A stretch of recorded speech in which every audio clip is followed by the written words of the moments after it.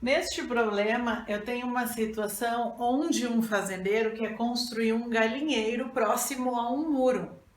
Ele tem somente 40 metros de tela, chamei X de largura do galinheiro, o Y aqui nessa dimensão do galinheiro, e eu quero saber qual é a área desse galinheiro em função da largura X. Isso é um retângulo. A área de um retângulo é dado pela base vezes a altura. Ok, isso é a área. É a área que eu vou chamar aqui em função de x que eu quero. Mas a base é x, no entanto a altura é y. Isso é uma multiplicação. Logo, eu teria duas variáveis, não posso, eu quero somente em função de x. O que eu preciso fazer? Eu preciso me livrar daquele y.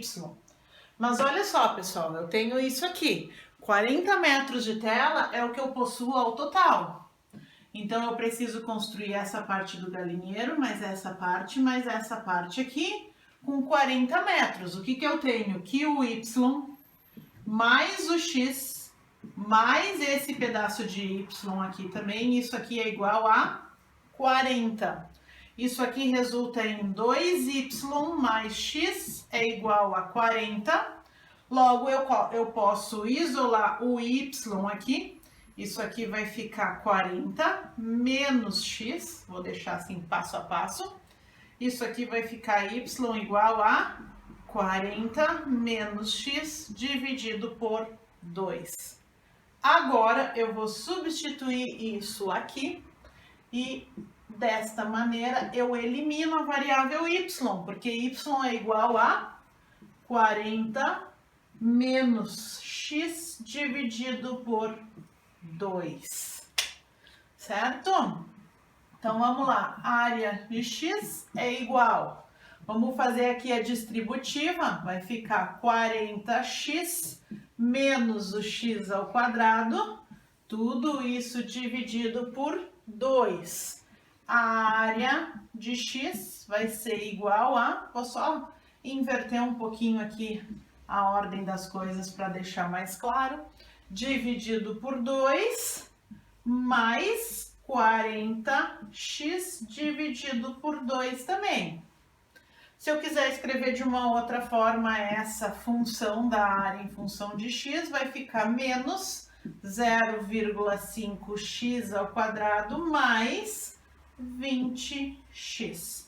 Esta é a área do galinheiro em função somente de uma das variáveis que é o x, a largura do galinheiro.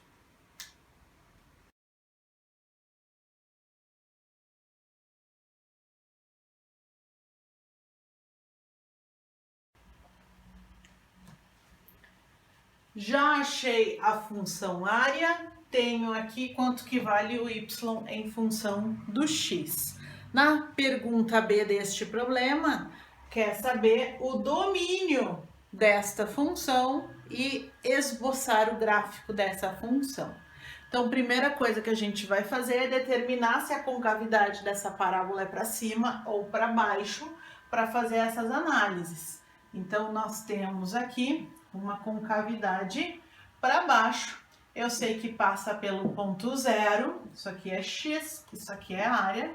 Eu sei que passa pelo ponto zero, porque quando eu coloco 0 e 0 aqui, isso aqui fica zero, x igual a zero, a área é zero. E eu sei que tem uma concavidade para baixo, porque o A é negativo, então ele vai ter esse formato aqui.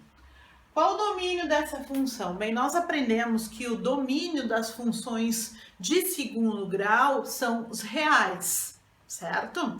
Mas aqui é um problema aplicado. Então, faz sentido um x negativo aqui? Este x poderia ser um número negativo, menos 3 centímetros ou menos 3 metros? Não, claro que não. Eu estou falando de distância, eu estou falando de uma grandeza que tem uma dimensão, um comprimento, que só faz sentido positivo. Então, no mínimo, o valor é zero. Qual é o valor máximo? Bom, eu não sei o valor máximo dele, mas eu posso descobrir. Como que eu descubro isso? descobrindo a raiz dessa função. Uma das raízes está fácil de descobrir aqui, então eu quero saber quais são os valores de x, onde isso aqui é zero.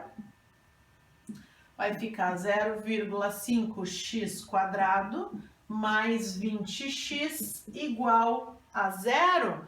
Olha só que fácil esse. Nós temos o x, um termo em comum nos dois itens, nos dois termos, né? Desculpa, o x é uma variável em comum nos dois termos. Isso facilita a minha vida. Então, eu sei que o x igual a zero. Isso aqui fica tudo igual a zero, como eu tinha comentado antes. Qual é o outro valor? 0,5x mais 20 igual a zero.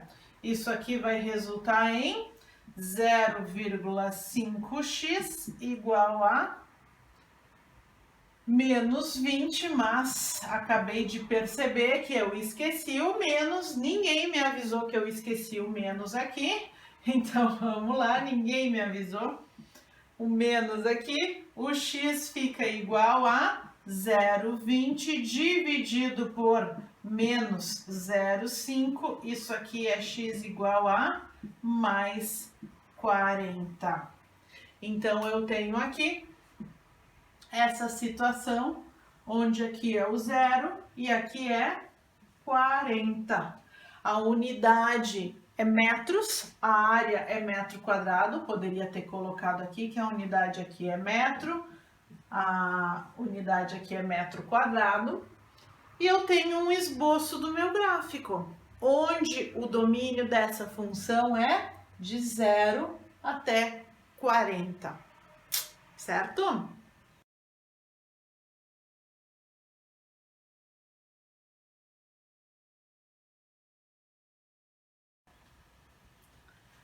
Vocês perceberam a importância de entender o problema e entender o significado físico dele?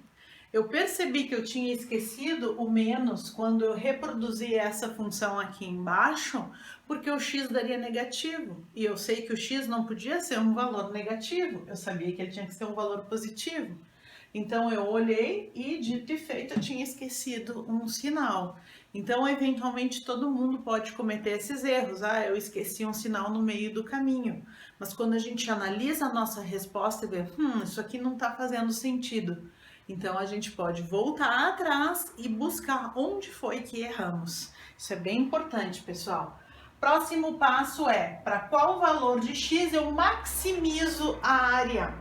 Isso quer dizer, em outras palavras, o x do vértice, exatamente. Esse é o valor onde eu maximizo a área, o valor dessa função.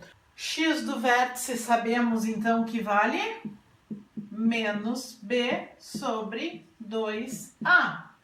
Menos o b. Quem que é o b? É o termo que acompanha o x, que é o 20.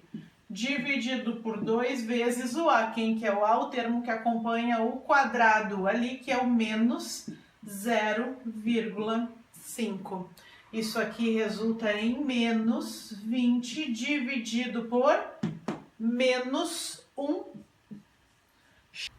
O x do vértice vale, então, menos com menos mais 20.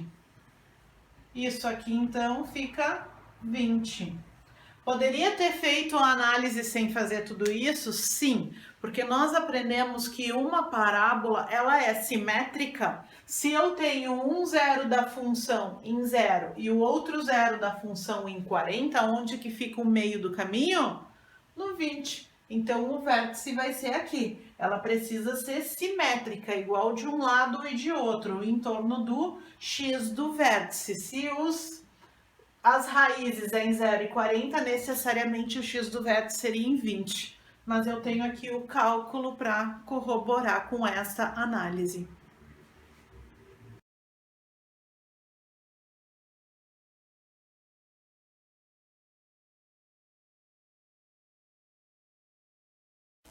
E aqui, por fim, vemos a questão terminada. Eu tinha antes o valor de y em função de x, 40 menos x dividido por 2. Eu sei que o x que maximiza a área é 20, isso me dá um y de 10. Por fim, calculo a área, x vezes o y, sabendo que o x é 20 e o y é 10, e resulta em 200 metros quadrados.